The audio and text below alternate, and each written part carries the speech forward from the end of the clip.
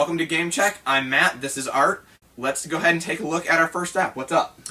So the first app today is going to be Tiny Wings. Tiny Wings is a game. It's colorful. It's bright, fun to play.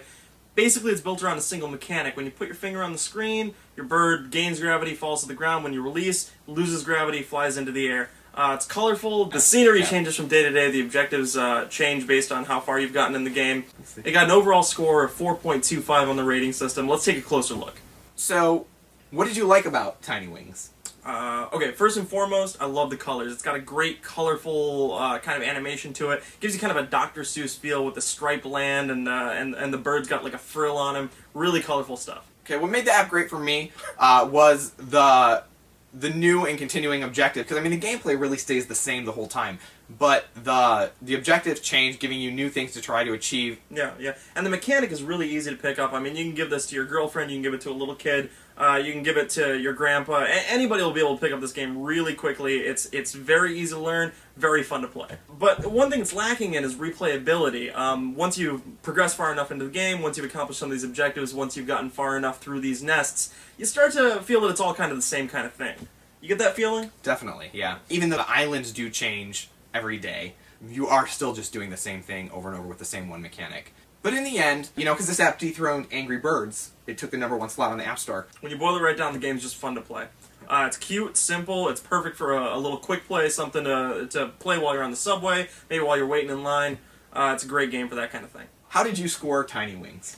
I'm going to have to give it a check plus, I think. Yeah, good. I'm going to give it the same thing. It might not be the game that I want to always play all the time, but for what it is, it's a lot of fun. Tiny Wings, laid out there for you. It's a check plus, check plus.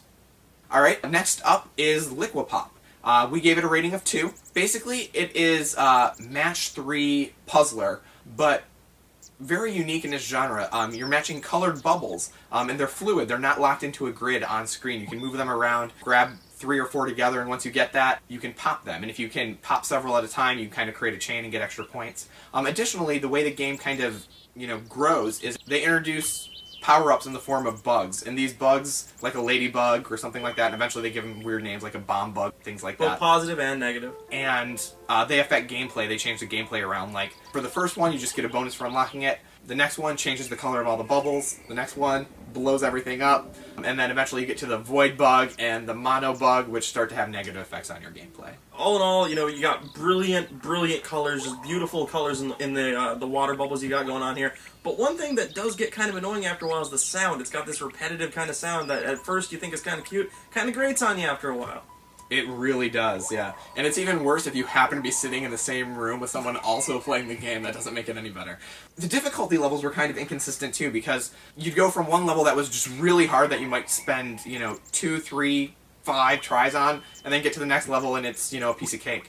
The game is also very fast. A single incorrect bubble grabbed and you've pretty much lost the game because you're dragging the wrong bubble, and there's a slight lag in the controls, so when you try to move it back, you've already basically run out of time. Once the screen fills up, you've basically lost the game. You can see here on our screen. Thank you very much. I know. All right. It's an interesting game with good graphics, and it's a good waste of time.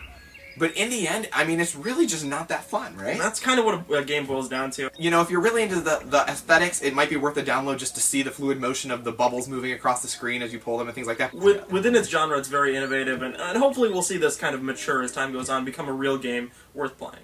How did you rate this game? I'm going to have to give it a check minus. The replayability's not that good, and frankly, the fact that it's just not that much fun to play, I don't have that much interest in pursuing the further mechanics, no matter how innovative they are. Right, yeah, and I think we're in agreement across the board this time, because I am also going to give this game a check minus. It's hard for me to tell someone to go buy this game when they could just go buy Tiny Wings. Yeah. So I guess that about wraps it up, right? Yeah, something like that.